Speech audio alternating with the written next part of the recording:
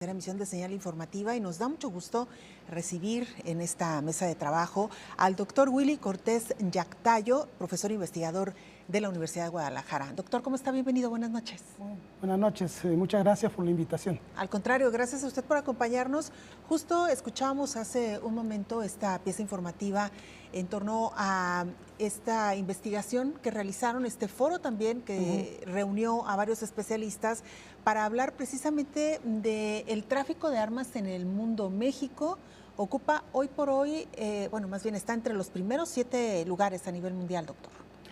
Sí, el problema del tráfico de armas es un problema mundial y en México ha adquirido particular importancia debido a que está muy ligado al clima de violencia que hemos vivido, que estamos viviendo, ¿no? en los últimos años.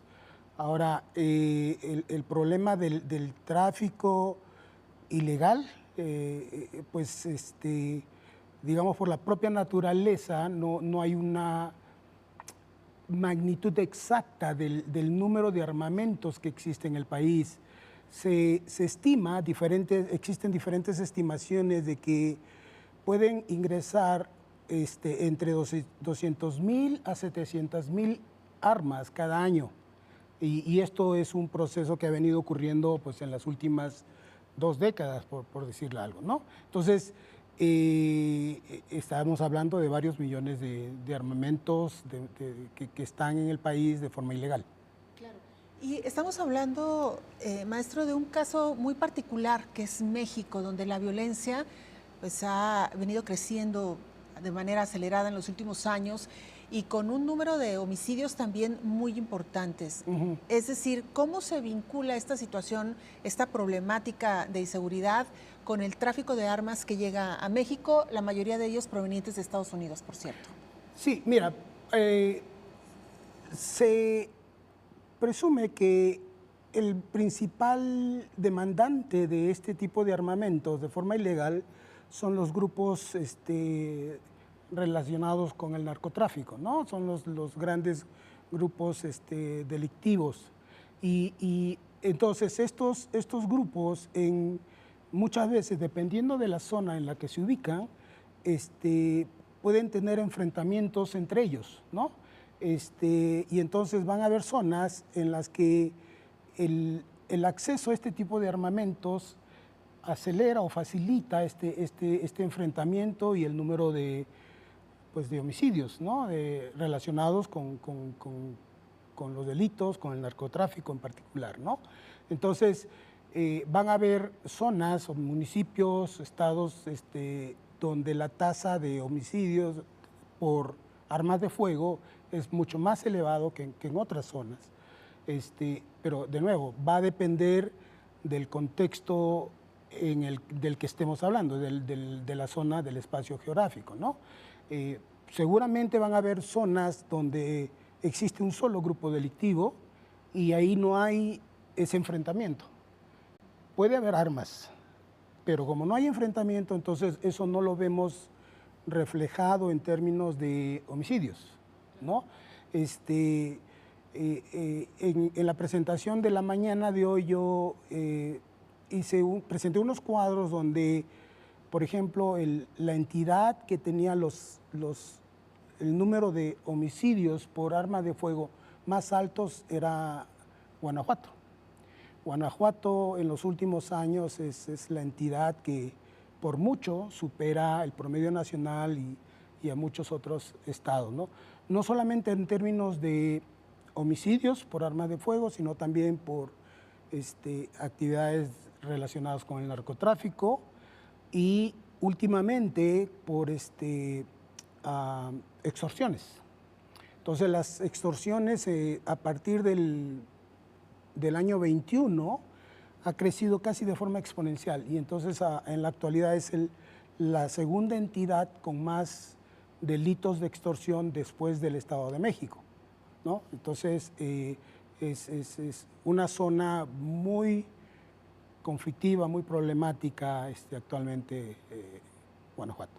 Claro. Maestro, yo quisiera saber su opinión sobre esta demanda legal que inició el gobierno mexicano en el 2021, si no mal recuerdo, un juicio que inició el entonces secretario de Relaciones Exteriores, Marcelo Ebrard, ante la Corte de Estados Unidos contra fabricantes de armas. Sí.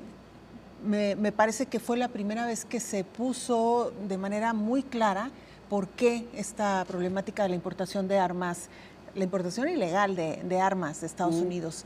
Finalmente la Suprema Corte dio para atrás a este litigio, pero quisiera preguntarle si era por ahí el camino o qué otras opciones podemos llevar a cabo como país para frenar precisamente el tráfico de armas.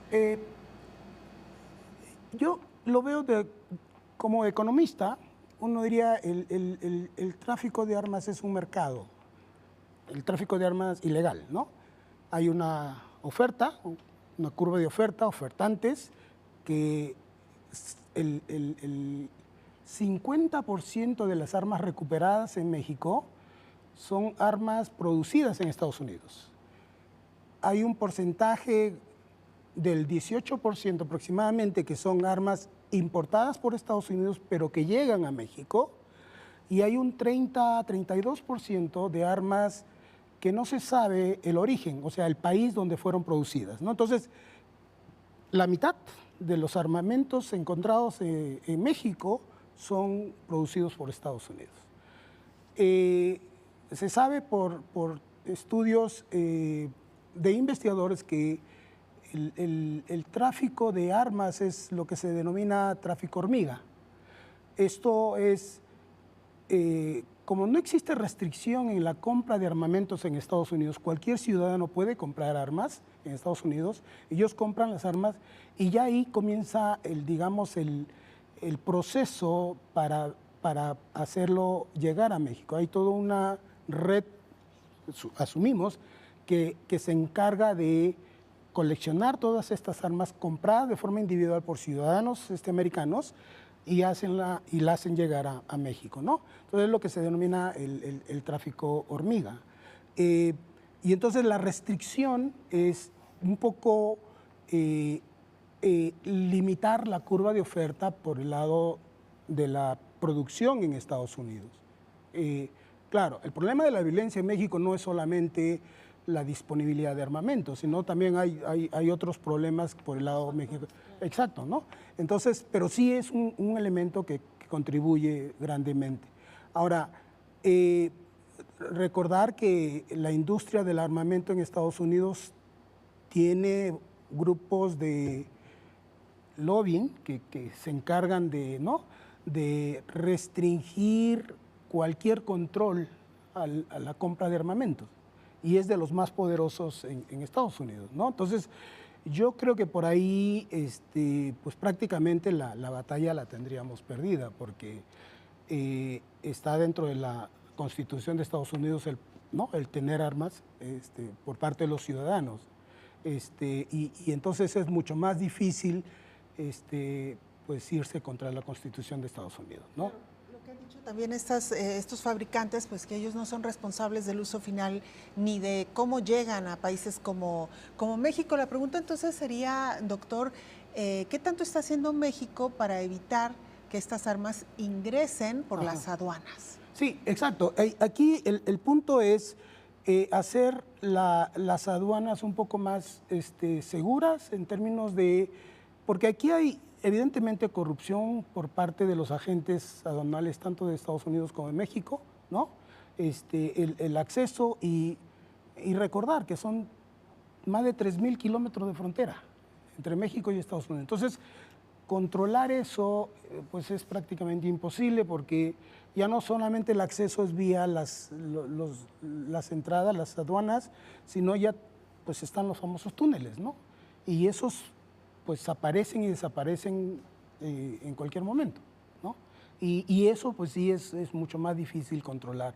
Entonces, mucho también, una parte sería un mayor control, ¿no? de las aduanas, pero también por el otro lado, sí, ahora sí, por el lado de las instituciones que operan en México, ¿no? Los factores que contribuyen al clima de violencia, al clima de delincuencia, tener una policía mejor preparada. Uno comienza a revisar las encuestas de victimización y todavía las personas perciben a la policía municipal como de las más corruptas, ¿no?